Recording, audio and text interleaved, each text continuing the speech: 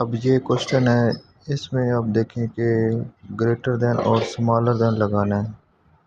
ठीक है, ग्रेटर या स्मॉलर।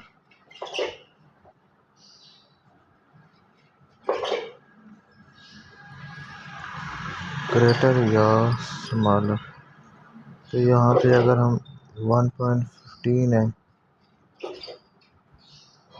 और इसके साथ 0 और लगा देते हैं तो ये क्या बन जाएगा 1.20।